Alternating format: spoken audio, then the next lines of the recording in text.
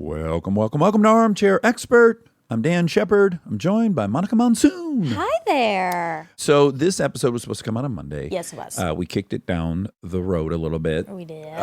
But here we are. Here we are. It's incumbent upon us to point out that this was recorded before the many George Floyd protests and everything that's happening. So please don't interpret Alanis or our lack of bringing it up as a lack of concern or silence. Yes. Yeah. And we don't address it in the fact check either. This episode has nothing to do with what is currently happening. And there'll be a few of these. We have a few in the can. So with all that said, Alanis Morissette, she's a 7-time Grammy winner. Jagged Little Pill, billions of copies sold. And we get to talk to her about her new album and all the incredibly detailed and diligent work she does for mental health. So please enjoy Miss Alanis Morissette. We get support from Quince. So we've been talking about Quince a lot lately, and as we head into fall, it's the perfect time to reset your wardrobe with their amazing pieces. I think it's so fun to do when the seasons turn over to just spruce up your wardrobe with a couple specials, and Quince is the place. Totally. We're talking organic cotton, Mongolian cashmere, tailored chinos from just $60. Premium fit and quality you'd expect from a luxury brand designer. I love Quince. I like it understated and subtle, and I like stuff that has high quality. And Quince checks all those boxes. I love a lot of stuff from Quince. Honestly, they have incredible premium denim, which is very important for fall. It's pretty much all I wear in the fall is denim. And Quince has such a good selection of quality denim. Their stuff is so versatile, timeless, and built to last that you just grab every single day without thinking. Right. And all of that for 50 to 80% less than similar brands. They go direct to ethical factories, cut out the middlemen, so you get all that quality without overpaying for it. We love that. And they do way more than clothes. They have bedding, cookware, bath essentials, travel must-haves, same deal, and great quality. Upgrade your everyday. Download the Quince app for app-exclusive offers or go to quince.com/dax. Get free shipping on your order and 365-day returns. Now available in Canada and the UK too. That's QUINCE.com/dax. We get support from Skims. Oh man, do I love Skims. I've been living in the Skims lightweight cotton collection all summer, and I have to tell you, getting dressed has become so easy. I just throw it on. It just feels right immediately, whether I'm grabbing coffee or I'm on the couch all day or I'm out, even going to dinner. The cotton is so lightweight and breathable, which in this heat is a non-negotiable. The cotton jersey t-shirt, I just need everyone to know about this one. This one hugs in all the right places. It's very soft and it still looks and fits the same after months of washing, which is very hard to do, I feel, with t-shirts. I've been wearing the black cotton jersey t-shirt with basically everything all summer long. It goes great with any patterned skirt or shorts or pants. I mean, anything, truly. I believe that's probably my favorite piece from the cotton collection, but they also have great lightweight cotton thongs that are so comfortable and they're cute. That is a very, very hard mix to achieve, especially with undergarments. I feel if you can find some that are cute, but also comfortable and do the job, that is a win. And Skims has really, really figured that out with the lightweight cotton collection. Shop Skims cotton and all of my favorite pieces at skims.com. After you place your order, be sure to let them know we sent you. Select podcast in the survey and be sure to select Armchair Expert in the drop-down menu that follows. He's an armchair expert. He's an armchair expert. He's an armchair expert. This is Sola. Hi. Hi. Hi. Bye, I love you. I love you. Wait, who is that? My husband? That's your husband. What'd you call him though? Soy? Sola. Soy sauce. Oh. The classic pet name. Everybody knows now. I call him Soul. Soul. I like that. How long has that been? You guys have been together, what, like 11 years, something? Yeah, 10. You? We're approaching 13. Wow. If we make it in isolation, we'll see. Yeah, you know, a lot of divorce is happening right now. You know what? Because those of us who want to exit, those of us who are flighters, we can't flight. So what are you going to Yeah. do? Go into the next room and brood, I guess, for a while? I'm laughing, but it's not funny. Oh no, I had a good few days where I was like, okay, where am I going? I'm definitely moving out of this house. Okay. Because I also have PPD right now, postpartum activity, I call it. So I Okay. just kind of announce lovingly as best as possible when I go into a room. I'm cranky mom right now, or You I'm set exhausted everyone's mom. expectations Yeah, appropriately. Right. I like have that. to. I like that. Yeah. By the way, one of the biggest breakthroughs in my wife and I's relationship was the therapist said, look, Dax is an ex-addict. He's a scumbag. He always thinks he's in trouble. You have depression. You're prone to get quiet. When you're quiet, he thinks he's in trouble. He doesn't deserve to be in trouble. He's like, Yeah. all you got to do to stop this cycle is just tell him, hey, this has nothing to do with you. I just have depression. And from Right. literally, that's all it took for me. At least, I mean, there are other Right. issues, of course. We're married, but that was a huge one. Just this cycle of her being quiet, me thinking I'm in trouble, Right. then me thinking of something, then being mad at her because I'm in trouble and I didn't do anything. You know, The theory is that if you're wounded in the same ways and you're committed and there's intimacy, there's going to be healing. But if there's no commitment or there's no intimacy, there's no healing. So now we're in the hot kitchen, painted right into the corner. And I guess that's when, for us too, we've had some major breakthroughs during this time. It's basically not being able to get out of the hot kitchen. Oh yeah. Yeah. I mean, it is the ultimate test of a commitment. For me, there's these three phases. So the first phase is infatuation. You're all over each other. You can't get enough. Second phase is you realize this is the relationship of your nightmares and you're fighting all the time. And I think that's when most people break up. Yeah. Mhm. And then in theory, the third phase is when you actually participate and help each other out. Yeah. But it is truly hard to help your partner out because, well, I'll just speak for myself. They stop becoming a human. Like I have to actively stare at my wife and go, oh, this is a person. She's a little girl that grew up and she has needs and desires. But we're in this business relationship where we're raising two kids. And it's really easy to just recognize, oh, she handles X, Y, and Z. I handle A, B, and C. Right. This is all working. And man, I got to regularly go, oh, she has needs just like I do. She exists. Yeah. She's a real person other than the mother of my children and my wife. Right. And how old are your kids? They are 5 and 7. Oh, yeah. So we're all still in the trenches. My father said, don't worry about it. Just the first 60 years are the hardest. So basically, we cut each other slack for the, oh my God, we're all overwhelmed. But When I read about you today and I looked at the order of your children, it gave me enormous anxiety because you had your second one 6 years after the first, because we have a 5.5-year-old and it's now manageable. She can actually get cereal for herself and stuff. Right. The notion of a newborn in my house right now is terrifying. Even though I loved the experience of it, just the thought of it is terrifying. So how'd you end up doing it in that order? Well, not all of it was the ideal situation. I had a bunch of miscarriages, had a molar pregnancy. We were chasing and just showing up and then surprises and then devastations and, Wow. Yeah. all of it. But I mean, I do trust. I have this trust pilot light thing that keeps cooking along. Even when there's a torrential downpour, it's still flickering of hope and faith and vision for something to work out, whatever it is. Are you an optimist by nature or are you a pessimist? I'm a cynical optimist. Oh, I like okay. that. Okay. That sounds like a Yeah. smart optimist. Well, thanks for that. Yeah. I'm an optimist who will get depressed and cry, but at the end of the day, there's still that little light, that little Star of Bethlehem keeps dangling over there. One of the theories is that in relationships, conflict is growth trying to happen. But I think the message we're sent in movies and songs and everything is that if we're fighting, we should break up.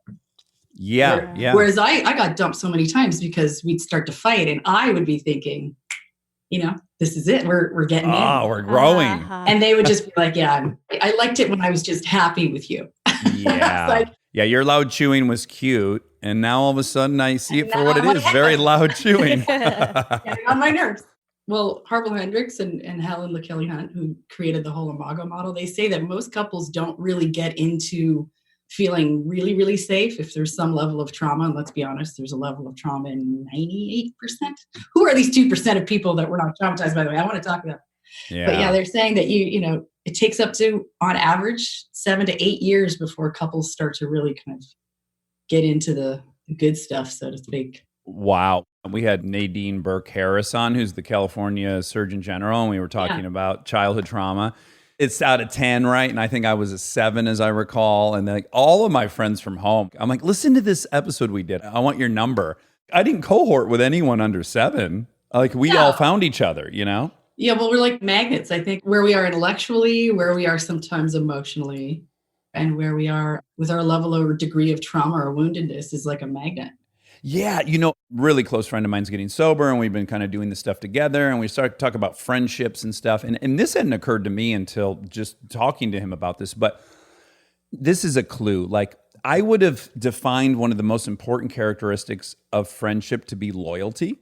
And it was identical to my friend who was newly sober. And if he started looking at all of his friendship connections right now, loyalty is the number one thing. And I was like, when I think about it, the longer I've been sober, loyalty is not a very big deal to me anymore. Like, I don't need someone to be loyal to me.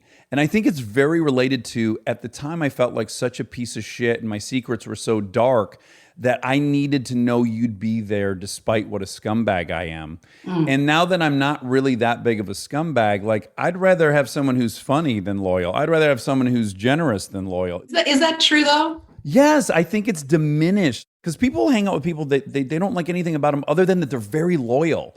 Now, I don't know that that's the greatest basis for a friendship, is that that's the number one reason to like someone. And there's not going to be enough compatibility. But I think being in a friendship where you're on eggshells and you don't feel safe, that's not awesome. That's not going to be a friendship. The bottom line of the loyalty conversation was like, I need a friend that when the shit hits the fan, they're there. Right. Well, guess what? When the shit's not hitting the fan anymore, that's just not the most important part of the friendship. Like, for me, the shit used to hit the fan a lot. I had to call people and be like, fucking get over here right now. I'm down. Yes, man down. Yes. Let's not call that loyalty then. This might be a semantics thing, but it probably let's not call that loyalty. Let's just call that straight up maybe enabling or codependency or all those fun words. But yeah, loyalty at a huge cost is not really loyalty. There's something else going on there. Loyal just means, hey man, I'm gonna know you when we're both on our deathbeds at 122, and if you need my help, I'll be right there holding you. To me, that's loyal. Yeah, and I'll show up to move your furniture with you. And if you ever have a problem, you can call me. But I'm not going to help you get rid of a body. Like, those days are over. That's kind of my point. I definitely don't think that's what loyalty is. You're so over that right now. No, that's not loyalty. That's criminality. So both parents were teachers. Your dad was a principal, yeah? Yep, still was up until a few years ago. And then Catholic school the whole ride? Mm-hmm. Just from who I am, looking at that environment, it would have made me a dualistic really quick. Like, I would have just felt not worthy of that kind, like teacher, parents, Catholic school. I just feel like there would have been a side of me that didn't feel accepted by those environments. Do you mean like the bar was set high and there was perfectionism and stuff like that? Yeah, I would guess perfectionism. Yeah. Expectations of you probably. Yeah, those were all there. And then maybe like some restrictive morality. Yeah, the thing about Catholicism too is, for me, having gotten out, I didn't want to throw the God baby out with the bathwater, like so many beautiful things within Catholicism and then so many horrifying things that were so separatist and so divisive and ouch. So what I did is I stepped back and I just kind of Houston Smith just researched everything I possibly could about as many religions as I could. And I'm a quarter Jewish. Didn't know that, only found that out about 10 years ago. There's a thread of continuity through every religion that I've ever read about. So much of it speaks about experiencing some version of oneness. They all have a different word for it, which is a real challenge for some of us in the West, the challenge of what do we do in the midst of uncertainty? Because as humans, my ego wants to concretize and get, I know it's happening next week. I know, Control.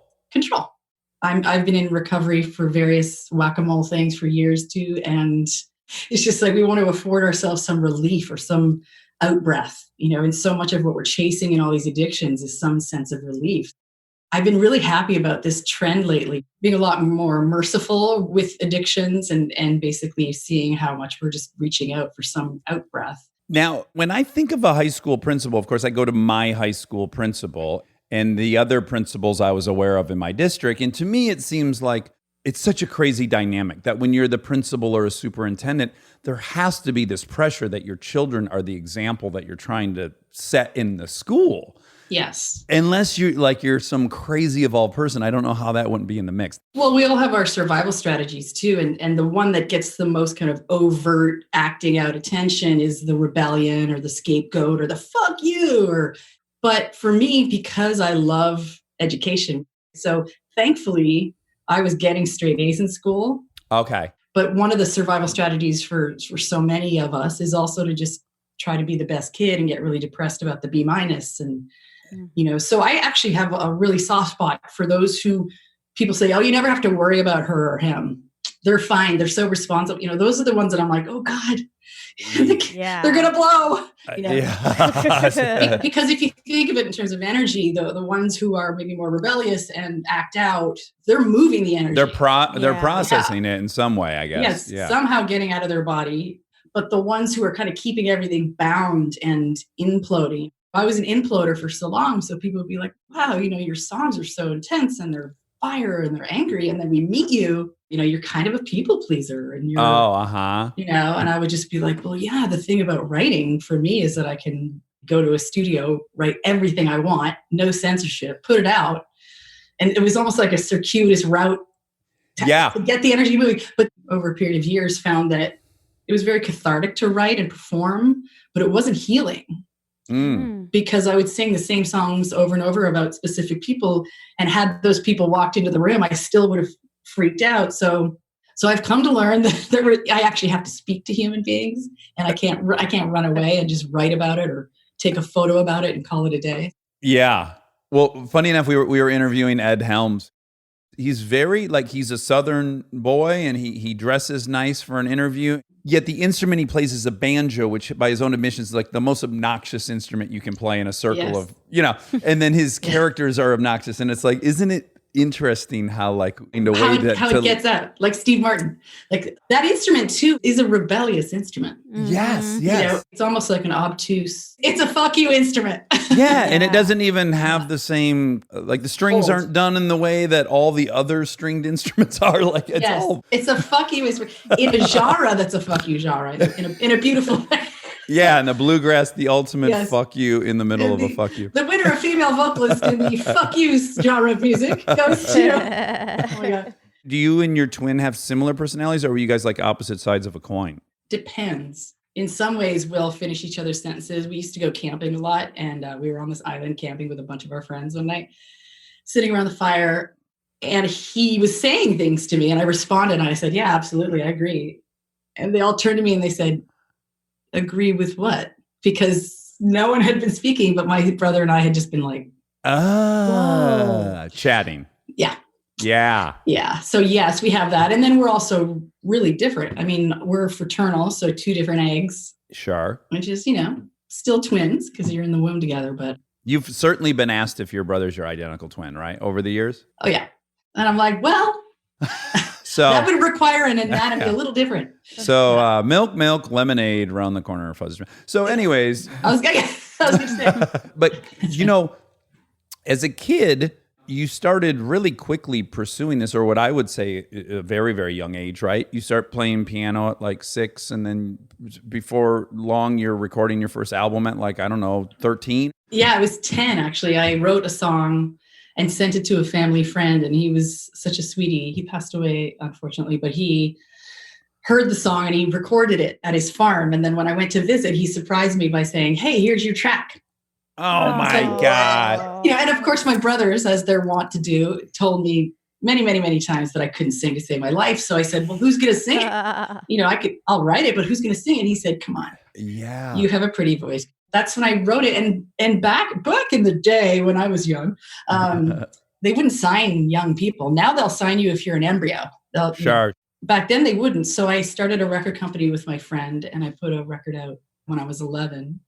And then I had a couple songs out, records in Canada too. So being expressed in any way, and it's been slightly torturous because it's so multitudinous sometimes, where I have to rein it in. Work addiction is actually my number one. And one of the signs of work addiction is 110,000%, and then boom, dead. Really? Yeah. But yeah, one of the signs of work addiction is also procrastination, because we know how much of a toll it takes on our body that we anticipate it. And that's when my laziness is triggered, but it's really fear. Yeah, interesting. You know, when you're in your 1000% mode, when you know, I'm a little manic actually when I'm inspired. Okay, you got painting and photos and food and design and decorating and producing and directing and editing, and sometimes I get paralyzed. Do you ever try to unravel what part is like being an artist and being creative, and then what part is ego?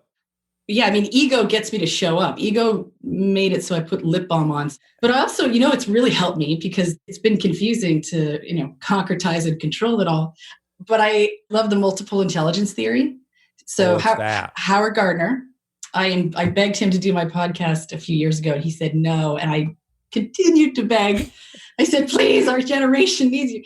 So he came on, and we talked about the idea of there being multiple intelligences. So it takes that person's smart or that person's dumb completely out of the equation.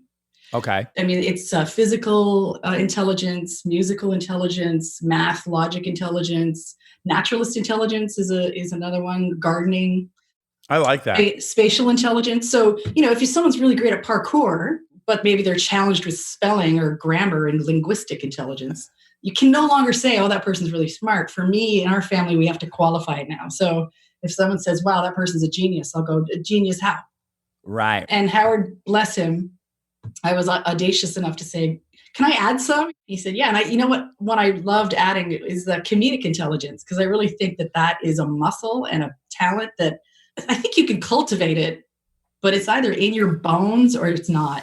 Yeah, I would agree with that. And yes, I've known a lot of comedians that were just brilliant comedians that don't know what year America was founded, but clearly they're so you can't be quote dumb and be making observations that everyone thought, no one said. It's not possible.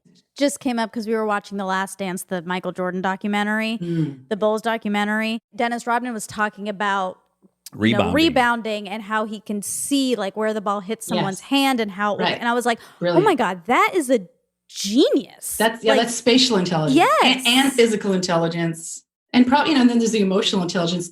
Dancers, I watch dancers and I'm just like, I don't care if they have any other intelligences. This is just such a miracle offering.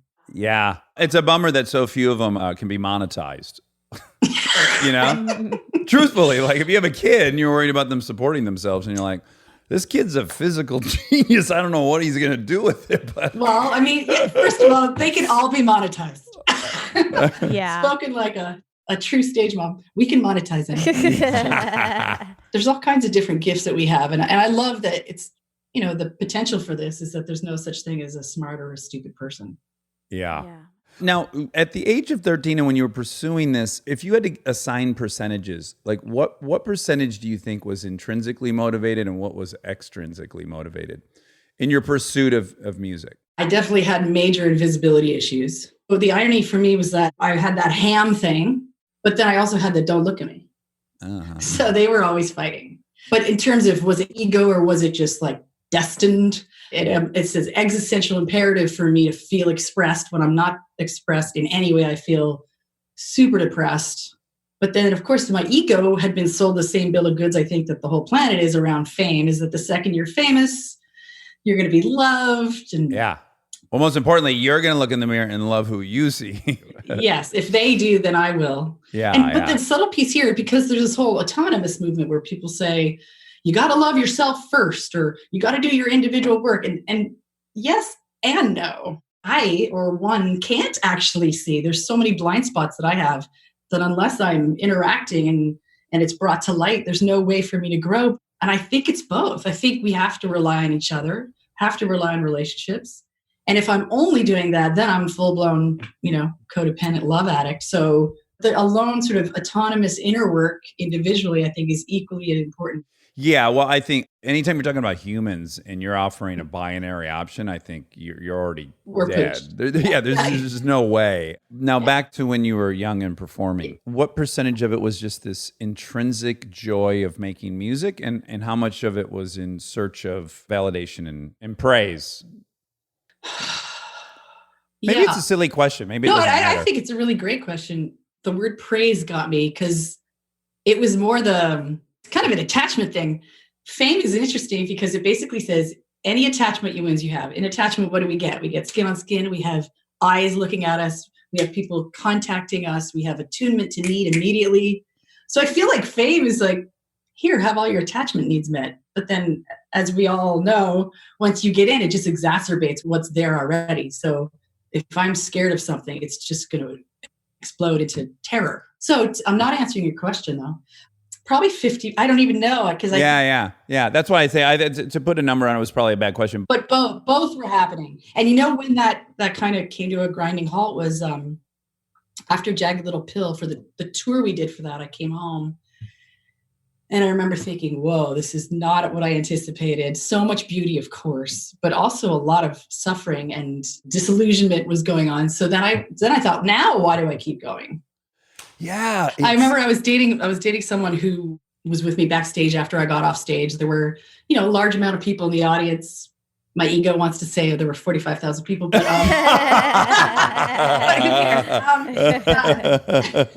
so I'd come backstage after the show and I go, he was my boyfriend at the time. So I was like, aren't I great?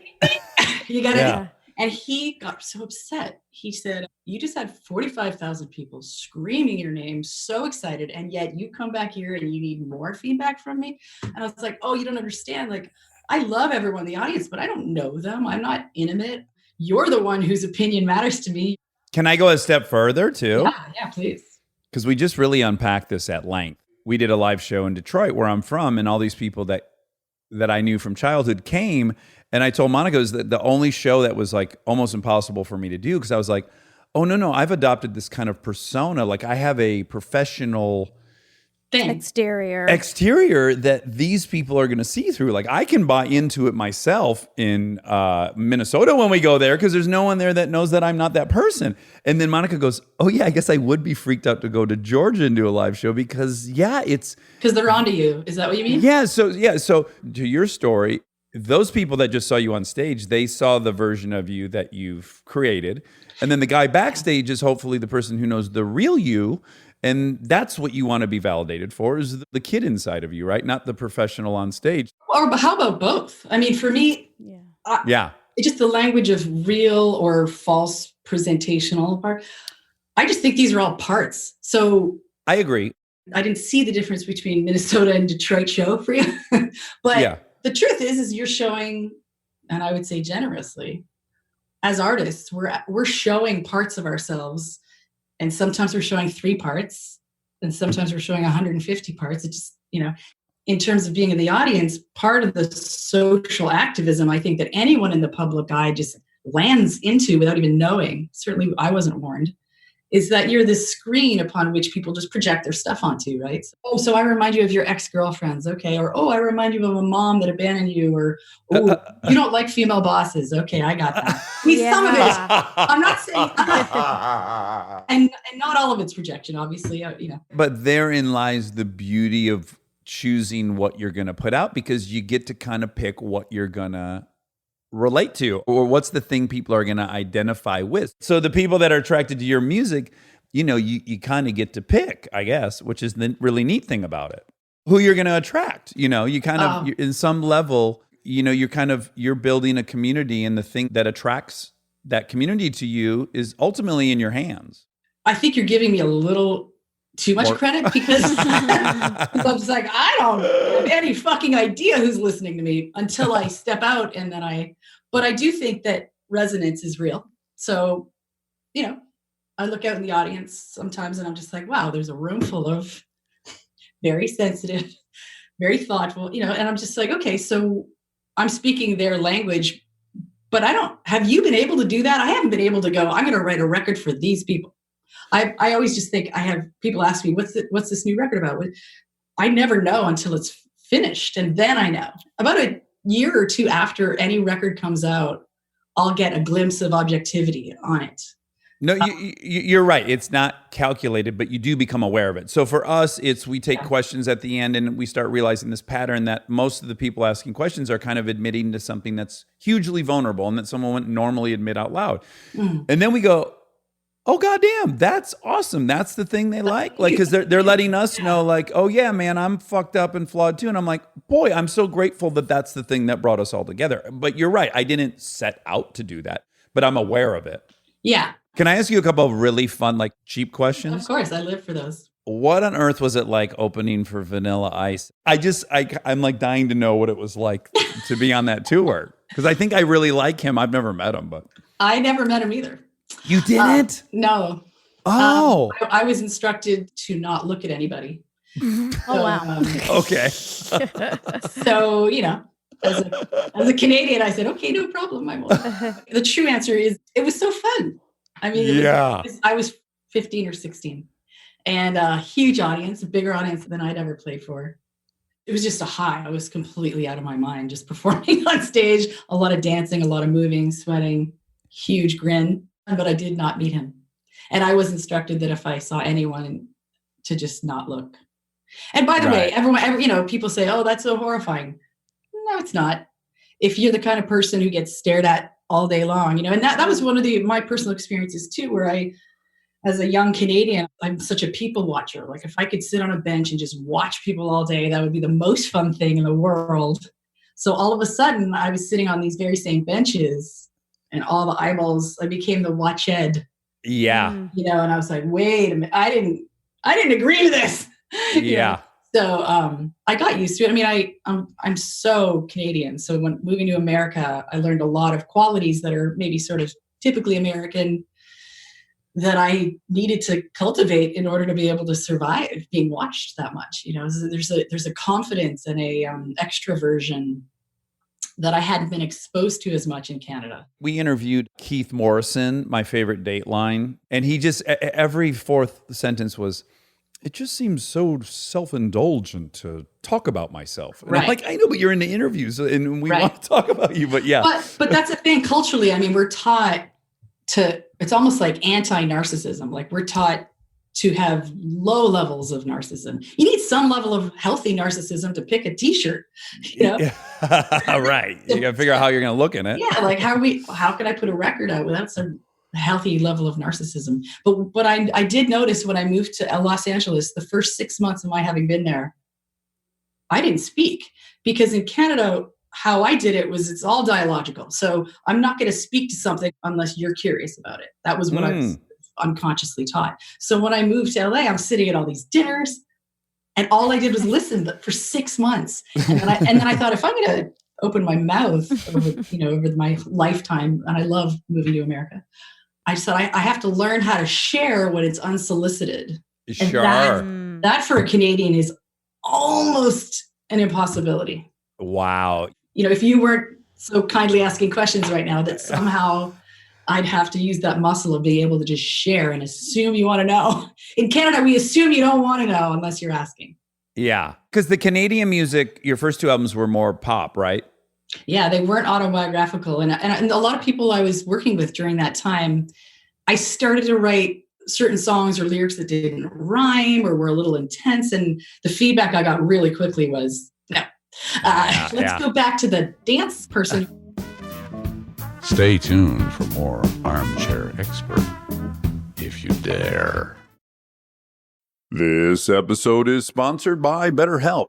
You've heard us talk about BetterHelp for a while, but I don't know that we've ever talked about how much people love this service when they use it. BetterHelp has an average live therapy session rating of 4.9 out of 5 based on over 1.7 million client session reviews. And you can check out the reviews yourself at betterhelp.com/reviews to see how much they love BetterHelp. Knowing that kind of service feedback from real people speaks for itself. I'm a huge proponent of therapy, as we've talked about before. I've learned so many things about myself that I believe truly only an outside, objective person could help me come to. BetterHelp makes it easy to get started. Answer a few questions, get matched with a therapist based on your needs, and switch therapists at any time if it's not the right fit. See the reviews, see what stands out, and see if BetterHelp is right for you. Visit betterhelp.com/Dax. That's betterhelp.com/Dax. We get support from Apple Gift Card. Back to school is here, and for many, that means some big life transitions. Whether they are heading into a new grade or setting up a dorm for the first time, you want to give them something that actually supports their growth and success. Apple Gift Card is a versatile solution because it takes the guesswork out of gifting. It's not just about a new pair of AirPods for focus. It's about giving them the invaluable chance to choose the digital tools and subscriptions that suit their unique journey. They can use it for productivity apps on the App Store, movie nights on Apple TV, or extra iCloud storage for all those new memories. With Apple Gift Card, it's so empowering to give the students their freedom to allocate their own resources. Celebrate their new academic chapter. Visit applegiftcard.apple.com to celebrate their milestones and gift one today. This episode is brought to you by SoFi, the all-in-one finance app where you can bank, borrow, and invest all in one place. Let's talk bank accounts for a second. The average bank savings rate is 0.39% in interest. You're earning pennies on your savings, but it does not have to be that way. With SoFi high-yield checking and savings, the money barely making moves sitting in your savings account can earn over 8 times the national average savings rate with eligible direct deposit. No account or overdraft fees, which feels rare these days. You can get your paycheck up to 2 days early, perfect for getting ahead of a bill or grabbing what you need right when you need it. Plus, get up to a $300 welcome bonus when you sign up with eligible direct deposit. Sign up for SoFi checking and savings at SoFi.com/armchair. SoFi checking and savings is offered through SoFi Bank N.A., member FDIC. Terms apply. Living your best life means being extra where it counts and skipping the extra where you don't need it. Like in your cleaning products. That's where Seventh Generation comes in. Their bio-based cleaning power delivers a powerful clean with nothing extra in the bottle. Need a dish soap that cuts through the tough grease? A detergent that tackles the worst stains and odors? Seventh Generation handles it all without any dyes or artificial fragrances. Real clean doesn't have to come with a long list of add-ons. Upgrade to a powerful clean without anything extra. Look for Seventh Generation dish soap and laundry detergent wherever you shop for your cleaning products.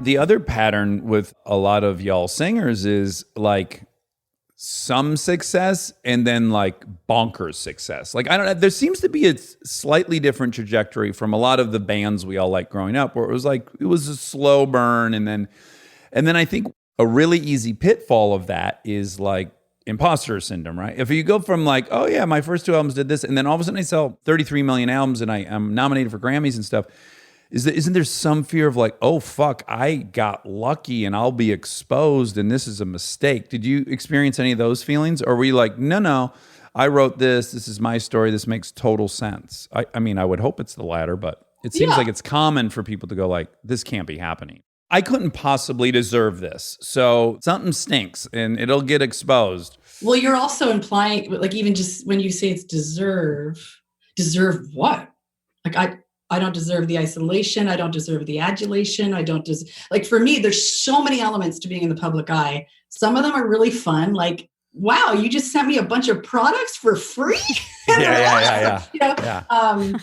And then some of them are really hard and really isolating and devastating, actually, and traumatizing. A lot of people chase fame from a place of trauma, wanting to heal it, right? Yeah. And then fame further compounds it and traumatizes you some more. So I never thought I was fooling someone. I just felt really confused all the time. Well, I think that's the preferred outcome. I'm happy to hear that. And then it became, if the ego part didn't grant what it had purported to be able to give, you know, joy, tons of friends, hanging out with a million celebrities. I mean, I used to reach out to celebrities going, hi, you want to hang out? And they'd be like, why are you calling me? No, I bet they all said yes. No. And it still happens. I'll reach out to someone and I'll think, oh, this person wants to be my friend. I'm so excited. And then they don't want to be my friend. Or at least they don't want to be the kind of friend that you're looking for. Yeah. There was this turning point where I thought, well, why would I continue? And that which remained was still this joy of expression. So that's massive for me. So much fun singing. Like, I live to sing. I live to write. I live to, you know, whether you obnoxiously call it channeling or whatever the frick the process is my favorite. I live for it. So I get to keep doing that. For me, I started noticing that people would say, hey, thanks for validating that or empathizing with that. Or, hey, my family member just died and you helped me through my divorce. Or then I started going, oh, this could be art, expression, career, and service all squished into one. It's activism. Yeah. So for me, I mean, what we're doing right now, right? There's a heartfulness in all, I would say all three of us wanting to somehow show up for people, right? Why else do Yeah. it? Yeah. So, Yeah. so that became the guiding force for me. And it made it so that I could keep going, because if that weren't there, I'd probably want to be in the public eye for 10 minutes every 10 years. Yeah. So I guess the examples that I'm aware of, and I'm pretty ignorant on music in general, but it seems like Eddie Vedder was like, okay, I don't like that version, but I'm still going to do this. And it seems like he created an architecture for himself to do it. And then I would say that about Norah Jones as well. It seems like she's like, okay, that was great. This is me. Yeah. Yeah. So like, what decisions did you make that you're like, here's the version I'm open to doing? Like, what were those actual changes or decisions? Great question. Well, one of them was what I mentioned earlier in Canada, when I started writing and kind of deviating from the non-autobiographical stuff and started writing real stories of what was going on. And I was dissuaded, to say the least, from that. So I left. Before I met Glenn Ballard, who I collaborated with on Jagged Little Pill, I remember saying to myself, I will not stop until I'm in an environment where what I have to say is just valued in the room. And I remember even writing You Ought to Know and swearing in it. And then I turned to Glenn after, as the Canadian that I am. And I said, well, obviously we'll have to change that. Right. And he said, wait, what do you mean change it? Did you mean everything you said? And I said, yeah. He said, we're not changing it. Yeah. And people were upset. They were like, what do you mean you're perverted? You mean you're just sexual? And I was like, yeah. And they said, why do you just say that? And I was like, it doesn't sound as pretty. It's not as fun. Yeah. It's not also as impactful.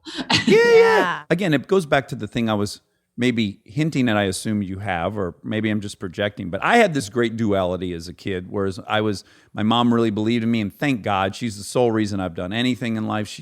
But she believed in me to a degree that I felt was a little cumbersome. I was like, oh, but on the side, I'm fucking around. So I had a duality, and to me, my perviness is part of that duality. It's like, I have some kinky fun side of myself that's not for everyone, and it's for me, and I like it. It's positive.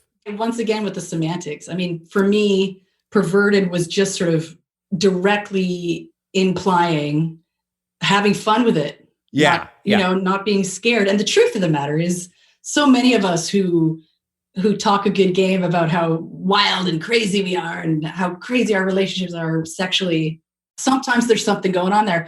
I've had a lot of sexual abuse in my history, and it's not uncommon to do the response to that to be hypersexual. So I went through that for years.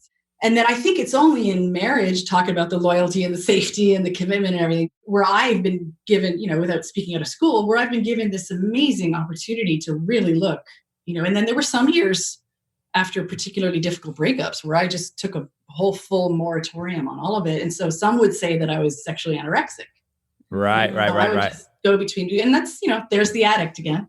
Yeah. So even the word perverted is just like, to me, that just implies I'm wild and I don't have hangups. We talked to this amazing Dr. Alex Catahakis. Yes, I spoke with her too. I love her. Oh, you did? Yeah. She's the best. So, she's just the best about sex addiction. And I said to her, and really it was probably a question for myself. I'm like, there's this predictable behavior as a result of trauma and sexual trauma. And I clearly have some of it.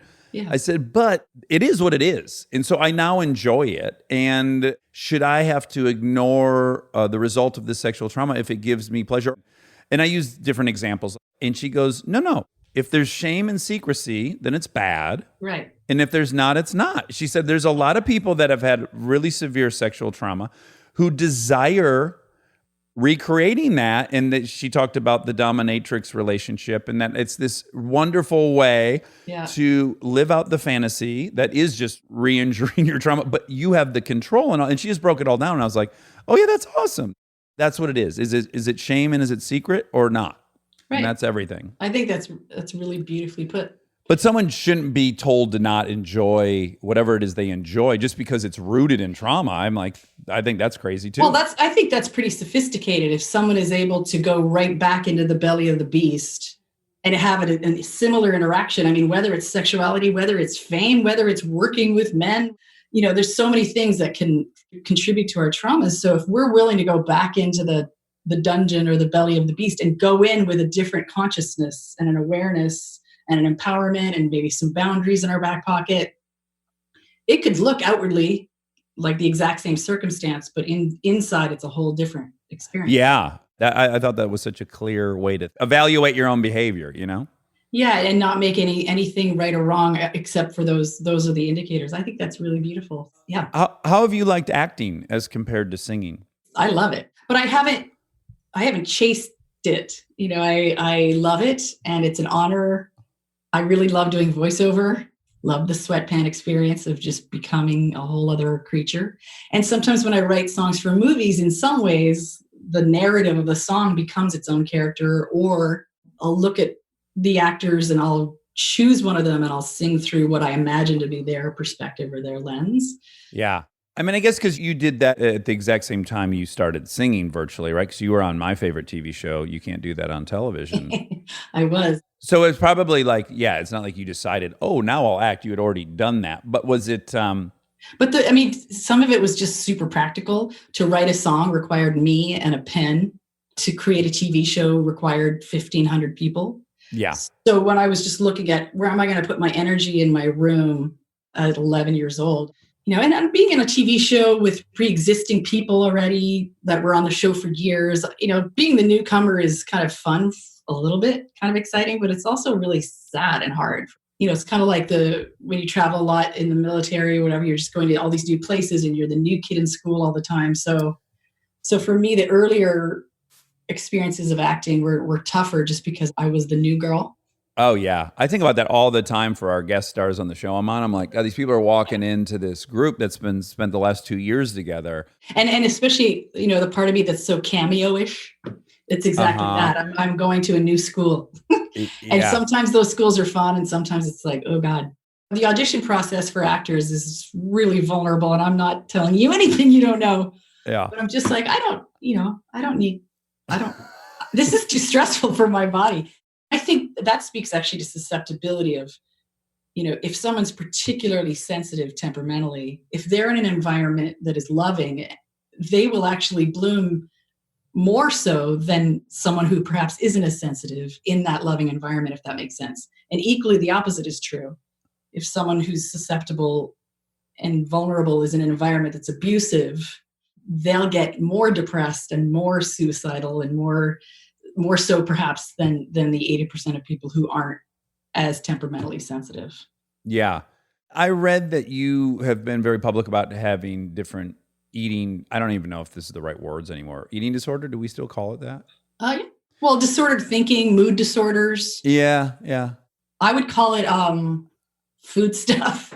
Yeah, food stuff. The good news about the major headway that everyone's made in terms of nutrients and superfoods. I don't think you're going to meet anyone with an eating disorder who doesn't know so much information about nutrients and calories and microminerals and phytochemicals and, you know, and then what happens after a while for me, the more I learned and experimented with it and took the whole dieting thing out of the question, I had a whole different relationship with my body. I was doing still extreme stuff like marathons, and I did the New York Marathon with H1N1. Like I was just pushing and pushing. Oh my goodness. Like just, you know, there's the addict again, you know. The street name is swine flu, right? Isn't that what H1N1 was? I just don't like the word swine. I know. It's the grossest name ever given to a disease. Swine, moist. Swine flu. There's a few words where I'm like. Yeah. She came down with moist swine flu. Moist swine flu panties disorder. Just all the gross words in one. Oh my God. So anytime there's deprivation, I mean, anytime if someone were to say to me, you can never wear a red t-shirt again, I mean, what am I going to be obsessed with? Yeah. Exactly. So it eventually, Janine Roth helped a lot for me with food. And she shared this really incredible story where a mom was concerned about her daughter's eating disorder. So she spoke with Janine. I think it's in one of her books, so I'm not speaking out of school, but she said, okay, so here's what I'm going to ask you to do.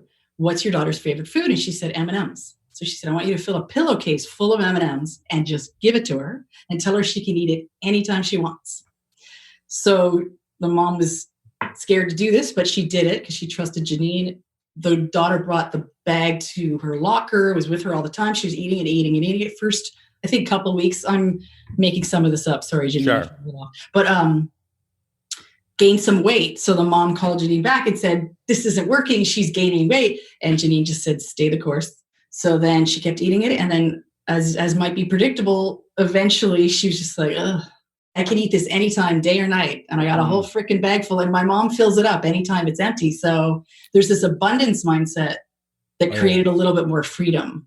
And that was the turning point for me. I mean, there's 50,000 tentacles to the recovery of food stuff, but that was a big turning point. And I called it free eating, and I also would just add things. Another tough one is, the whole addictive black and white, like I'm eating 6 Whoppers a day. Then I go to like carrot sticks and, so for me, when I'm working or chatting or hanging with friends and we're talking about this, I just go, don't take anything out. Just add a smoothie, add some spinach. Right. Have the 5 Whoppers, whatever you need. Just eat whatever you need and then add.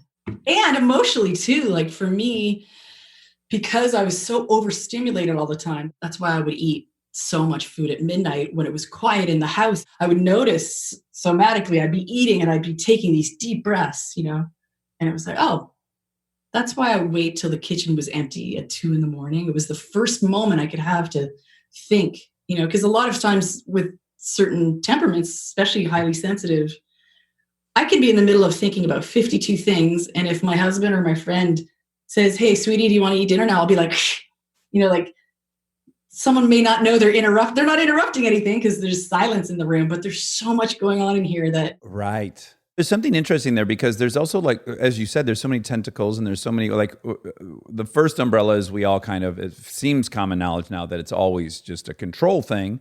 But beyond that, what you're describing is, I have found that, like, activities that buy you freedom, you can link those in weird ways, right? So if I find this activity that buys me the freedom I'm looking for, now the activity, and I'm unaware of it, has this elevated importance. For me, it's taking a dump in the morning. Monica will tell you, I am in there for a fucking hour. Now, clearly... Especially at the time when we're trying to get the kids ready for school. It's conveniently at the time.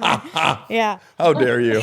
How dare you? Oh my God. But yes, taking a dump now has been elevated to be above sex, because really it's just the time I get to, like, look at my phone and feel guilt-free and do whatever the fuck I want. Yeah, no, it's the escapes, especially the more children, the more I'm hiding in very odd places. Yes. Or at an airport. Like, Mom's going pee a lot. Yeah. Just gotta go to the bathroom. Yeah, I think my wife enjoys cooking for many reasons, but I do think one of them is like, hey, I'm busy. And it's like hard for her to just say, I don't want to talk to anyone. But that's a way to say I don't want to talk to anyone. Right. That she doesn't, her codependency will allow her to do. I mean, there's a lot of good food comes out of that one. Yeah, we're winning. We're winning because of it. You're eating well. I hope she never gets healthy. Yeah. Well, you have a new album, right? Yes. It's called Such Pretty Forks in the Road. It came out May 1st? It was going to come out May 1st. Okay. But I pushed it. As we were approaching May 1st, it just felt like such a tenuous time. Bummer of a time to... And it was, bummer. And I asked a few friends, I said, when we're in the middle of a pandemic and a crisis, personally, I don't need to hear about someone's personal crisis. So that was my mindset in having just put a pause button on it. Then I had some friends calling me saying, no, the opposite is true. We want to lose ourselves in your crisis. Yeah. So we're going to put it out early July. Okay, because I was going to say, the second friend they might be right, because Monica has watched, how many times? Oh my God, 9, like realistically, probably 6 times I've watched Contagion. Least. She has watched Contagion 6 times since this all started. That's the one. I can't stop watching it. I just have it on in the background. People are having seizures, and I'm like, yeah. And how does that help? Like, it just makes it be over there and not here? I don't know why it helps. Really, I'm just like, oh yeah, we're all experiencing this. Yeah. There's something that feels like connected about it. To be honest, I don't know why, but it feels good. It's working. It's working. Relief. Yeah, no, however you get it, right? Ideally in a healthy way. And so you had a world tour planned. I can only imagine, like, when you've planned a world tour, what's that pulling the plug finally feel like? I'm still in denial. I mean, first of all, it can't happen. So it's completely outside of my control. No one's going to show up at the shows. And postponement is real. So if I'm freaked out, and there have been moments, I had a really good cry the other day. My manager called me to talk about what, where we're moving and postponing things. And I just couldn't stop crying. Yeah. And I was like, I finally just started grieving the loss of, well-laid plans as life happens. But it's all very surreal right now. And it just depends when you catch me. Sometimes I'm elated and I'm breastfeeding, or my kids and I are wrestling and we're jumping and in the, rolling around, and I'm so happy. It's so bonded. And then 15 minutes later, I'm numb. And then I'm completely terrorized, and then an hour later, it ain't no thing. It's like nothing's happened. So a lot of mood parties. And then as an empath, I feel everybody financially, emotionally. What if you're in a house with someone who's abusing you? What if you're, I just feel into what's going on around the planet, and people, lining up for food, and frontline peeps and everything. It's just a lot of energy. Do you have to police yourself on how much content you consume? Mm-hmm. Yeah. Yeah, I did one day last week where I didn't read any of the bad news.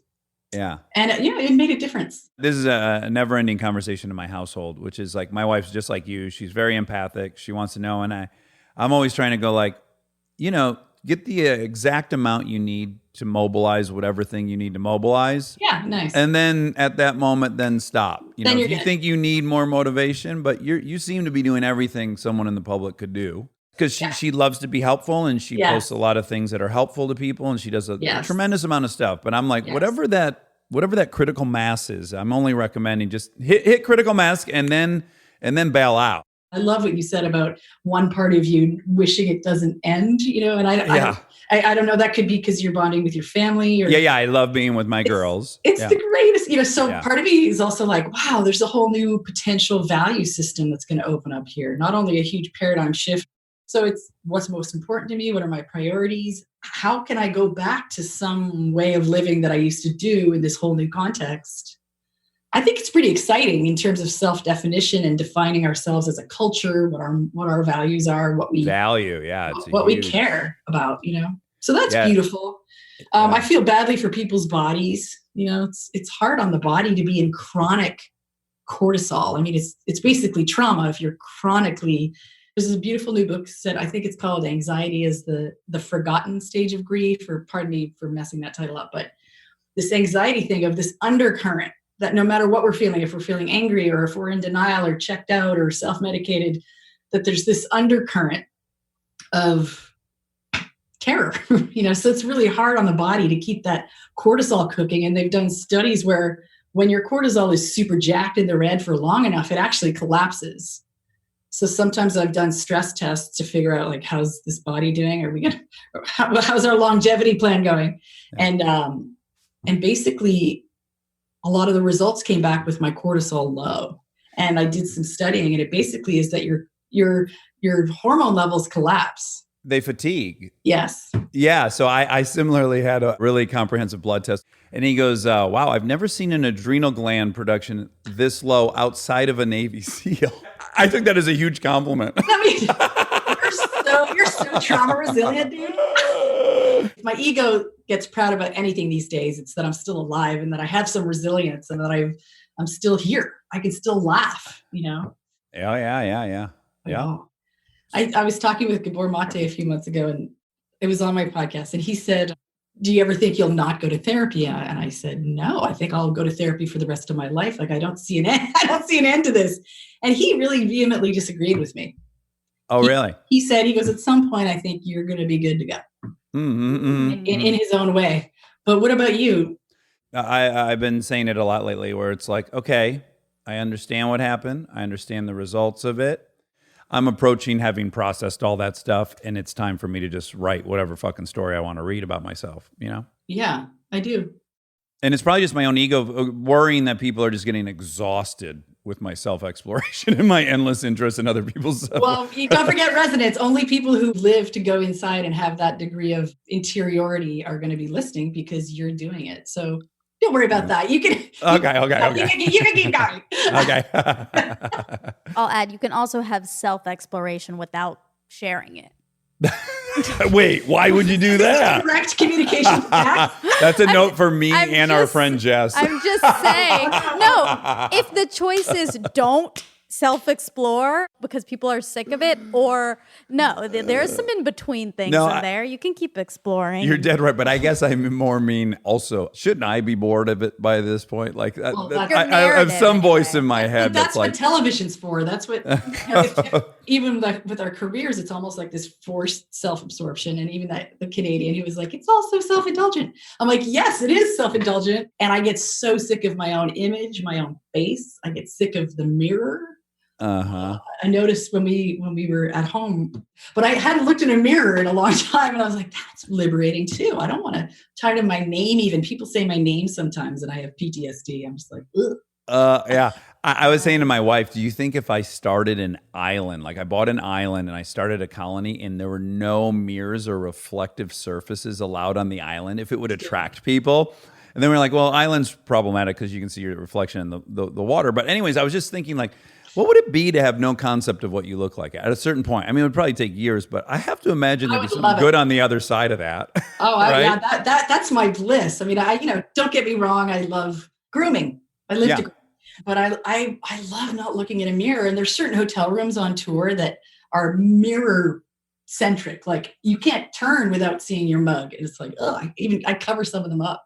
And then there are other hotel rooms where there's no mirrors, and I can feel a difference. Oh, what prompted me to even think about that is we don't have one in the attic where we normally record.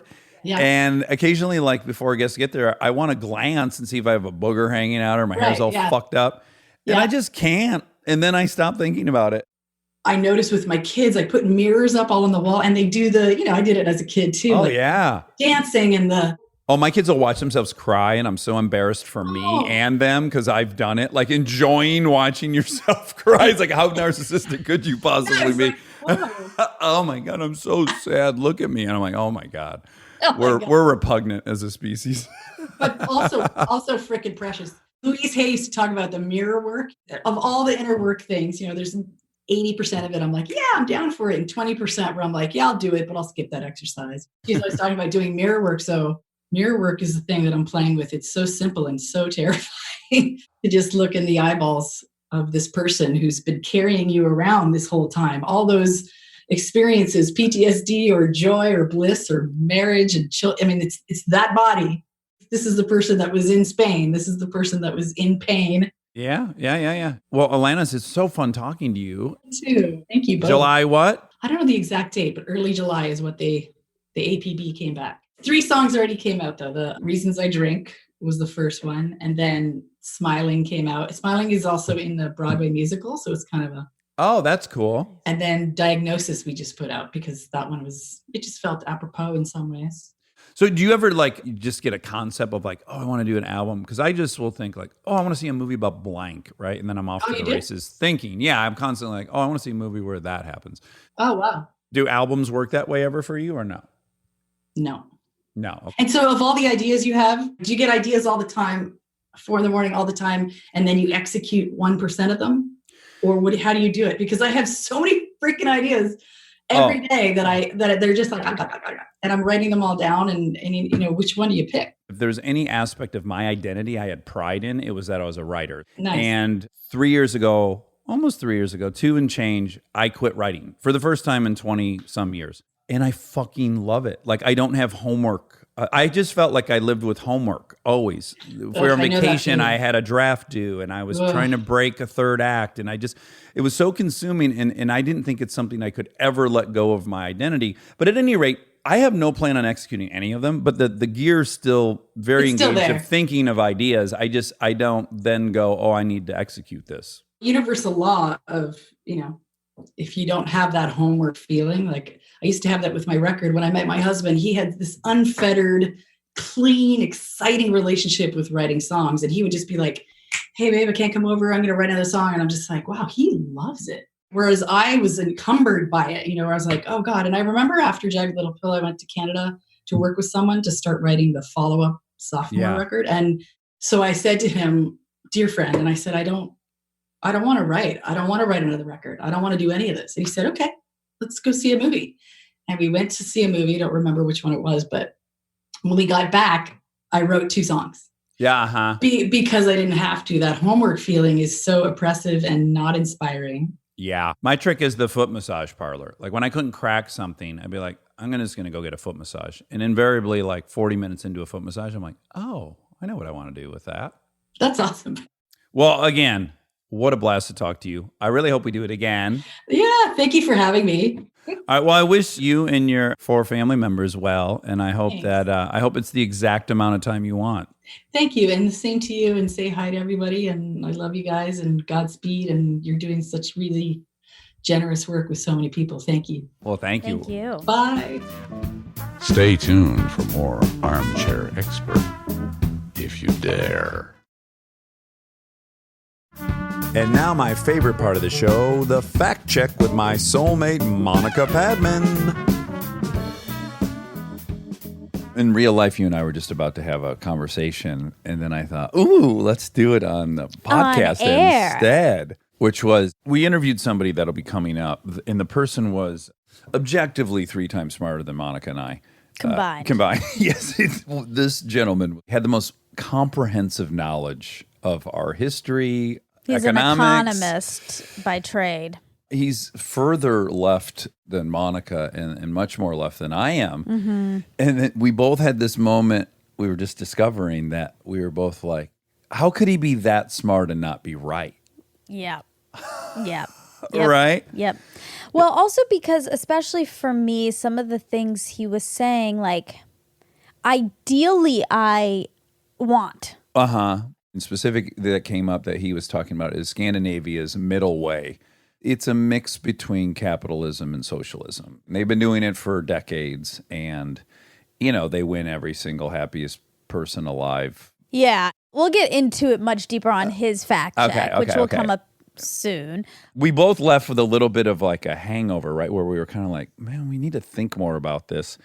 Yeah. I mean, I'm not a Bernie supporter. Yeah, nor I. And I think a lot of what he says is extreme. I don't see how we could possibly pay for all of these things all at once. But like you said, when we were talking to the economist, who is a Bernie advisor, who had literally advised Bernie on his economic plan. Yeah. Yeah, I thought, oh, well, there must be a way. Because it's never being said in the debates, which is infuriating. It is. It's like they keep asking and then he's never saying. Yes. But when we talked to Jeff, who is the economist, I'm like, no, there's probably many things we just aren't privy to that work. Well, after talking to him, there's no way that he's not responsible enough to have done the math. Exactly. That's the thing. But Bernie certainly did not convince me that he had done the math. No, it's hard. Okay, Alanis. So you talked about Dr. Alex, and you said hypersexuality and that kind of thing was born out of maybe some sexual trauma. Yeah, some sexual trauma, some negative stuff, but that ultimately becomes what part you of you, and it's bad. Dr. Alex was saying if there's shame, only if there's shame. I just have to add, like, for her, the biggest component is that the person has to acknowledge, like, I like this because of that. Right. So without that connection, you can't not have shame. Right. Like there's just always going to be this underlying layer to it. So the first part is like putting those puzzle pieces together. And then, like, yeah, if you still enjoy it and you don't have shame and you're in control of it. Right. You're not a victim. Exactly. Because you can't really have control over it if you haven't acknowledged it, you know? Right. If the tail's wagging the dog. Exactly. Yeah. She was talking about eating disorders and how she told this story about Janine Roth told a woman to give her daughter a pillowcase of M&Ms. Uh-huh. But she was saying she thought she was messing up the story a little bit, so I have it. So I'm going to read it. Okay, great. Years ago, a woman named Oana attended one of my workshops with her 11-year-old daughter, Miranda. At the time we met, Miranda was what my own mother used to call me, pudgy. Round cheeks, round knees, round hands. A body that looked like it was made of circles. You will love that. That's my favorite. A circle person? Miranda was not fat, but her mother was very worried. She watched over Miranda's meals, commented on what she ate, took desserts away. Oana had been a fat child, had struggled with weight most of her life, and didn't want to see her daughter suffer the same way. All in all, it was your basic mother-daughter war. Miranda hid food from Oana. Oana was enraged that despite her hypervigilance, her child was gaining weight. My solution floored them both. I spoke bluntly to Oana, fill up a pillowcase with M&Ms, give it to Miranda, and whenever it gets even a quarter empty, fill it back up again. Can I pause you for 1 second? Yes. I want you to really imagine how humongous a pillowcase I is know. and how many fucking bags of M&Ms you'd have to put in there to fill it It's up. It's true. 1,000 things probably. What if she buys the fun size? So she has to rip open each of those There's tiny still got to be bags. 100. Oh, fun size. I thought you were talking about like the family size or No, whatever. fun size is small. Oh, yes. That's a Halloween portion. Yeah. Yeah, but even if it was the big ass one, it'd be 100 of them. I know. That was an expensive lesson they learned. It is. Fill up a pillowcase with M&Ms, give it to Miranda, and whenever it gets even a quarter empty, fill it back up again. Stop commenting on her body. End the war now. Come back to me in a month and tell me how it's going. Miranda thought she had died and gone to candy-coated heaven. Oana just wanted to strangle me. A month later, Oana was convinced that miracles did happen. During the first week, Miranda took the pillowcase everywhere. She even slept with it. For the first time, she could eat what she wanted without feeling rejected by her mother. During the second week, she stopped taking the pillowcase to school. She ate fewer M&Ms. In week 3, she hardly touched them. By week 4, she never wanted to see another M&M again. Okay, I'm going to pause one more time. Okay. Imagine being the teacher of Moana. Oh, my God. What's her name? Miranda. Oh, Miranda. I said Moana. You're Miranda's teacher, and you have no idea what's happening at home. You just know one of your students shows up with a pillowcase full of M&Ms. Which, She's by allowed the way, to I'm going eat to add constantly? this. Some of this story doesn't make sense to me because I think I might do this as a follow-up fact check. I think I might fill one up because it's got to be 45 pounds. There's a weight issue. Like, think about, I used to take pillowcases for Halloween. Did you? Mm-hmm. Yeah, and even when I got a ton of candy, it was like, Oh, a third full. if. Our goal, and my brother and I sprinted from the second the lights went on. We sprinted through our neighborhood and we ran as fast as we could for 3 hours and we could fill about 2/3 of a pillowcase. And that was Wow, with that like is a lot. concerted effort. We had a map of how we would run through the streets so we never overlapped. Wow. I mean, it was complex. What if also part of her plan, the therapist was like, listen, this bag is 50 pounds. She's gonna burn so many calories carrying this thing around that it's gonna be a net loss. Oh, it's funny. Okay, by week 4, she never wanted to see another M&M again. But more important than M&Ms was that the war had stopped. Miranda no longer needed to eat to pay her mother back for constant disapproval. She no longer needed the comfort of M&Ms to make up for the hurt of her mother's rejection. Oh, wow. Yeah, it's deep. So much of therapy, I think, right, is just them identifying cyclical patterns. Yes. And you're just trying to interrupt that pattern. Yeah. No matter what'll interrupt it, it might be worth it. Yeah. That's a fun experiment to do. Should I do this with you and cookies? I already eat as many cookies as I want. I love cookies. I was just thinking the other day, what's my favorite cookie in the world? Oh, Obviously, I love an Oreo. Oreo classic. very classic. But I think my favorite cookie is this chocolate chip cookie from Levain Bakery in New York. Oh. It's massive and so good. Is it damp? Is it moist inside? But the outside's hard. Yeah, that's the magic. But it's kind of a muffin shape. Crispy on the outside, moist on the inside. That's the Ooh, dream of yeah. everything. Chicken wing. True. Yeah. Oh, one thing I just want to say is I think if parents are crazy honest with themselves, or at least I've had this experience where, I think you know the story already, but I took Lincoln on a press tour with me, just her and I, to Miami. And she was getting too much attention from adults because anyone who would be around me would want to give her a bunch of attention. Yeah, totally. And she was talking in baby talk. And so she would respond to all these people in baby talk. And I was like, at first, this is what I was telling myself. Like, Lincoln, you got to communicate with adults in normal language and blah, blah, blah, blah. I'm almost telling myself what this woman was saying. Like, I've been down this road and I'm trying to save her from it. Yeah. But I did this a few times. And then I just had this moment of clarity where I was like, I'm not doing anything to help her. I'm embarrassed that my child speaks baby talk. Yeah. This is my embarrassment. She feels fine speaking baby talk. And those people may think it's annoying and she's dumb, but that's on her. Yeah. It's not on me. Yeah. But it was all my own ego of like, I don't want people to think I have a 3-year-old that talks baby talk. Right. And then I just shut up about it. And I was like, this works for you. You feel more comfortable. And then she doesn't speak in baby talk now. She doesn't. But I think I lie to myself as a parent saying, I want to protect him from this discomfort, but it's way more about your own ego. Everything's a failure as you as a parent. As soon as you have a kid, your greatest fear is that you're going to fuck it all up. Yeah. And you're almost like protecting your image abroad. Yeah. Yeah. Okay, she said there's a book she thinks it's called Anxiety is the Forgotten Stage of Grief. It's called Anxiety, the Missing Stage of Grief, a revolutionary approach to understanding and healing the impact of loss. It's by Claire Bidwell Smith. Oh, Mrs. Bidwell Smith. Yeah. Okay, well, and real quick, so I thought it was so interesting when she was talking about Canadians don't talk about themselves. Oh, right. And as we saw with Keith Morrison. then I looked up some things that are like so American that they don't have in other countries. Oh, okay. Okay, and here's some. Oh, good. Non-Americans don't understand fake cheese. So like squeeze cheese. That seems obvious. I don't see why other people would understand that. That's a very odd thing to have. Squeezy, cheesy. Oh, so we understand squeezy cheese. Yeah. Okay, These the are rest of the world things that we know. that are inherently American. Okay. That other people are like, huh? Because to her, everyone was like talking about themselves and she was like, what? Like she couldn't wrap her head around. Yeah, self-promotion, self-indulgence. Yeah. This show. Yeah. 20% tip in the United States, not customary other places. Tourists visiting the U.S. notice large gaps in the bathroom stalls between the door and the frame.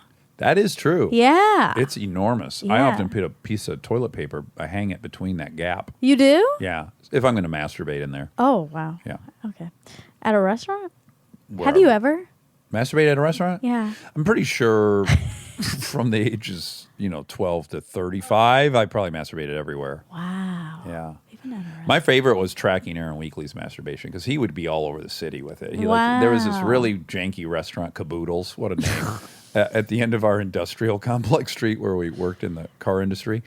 And he used to pop into Caboodles to go to the bathroom and just have a pull. Oh, never ate it. wow. Yeah, never ate at Caboodles, but it'd be like Oh, midday boy. and he didn't know where to go.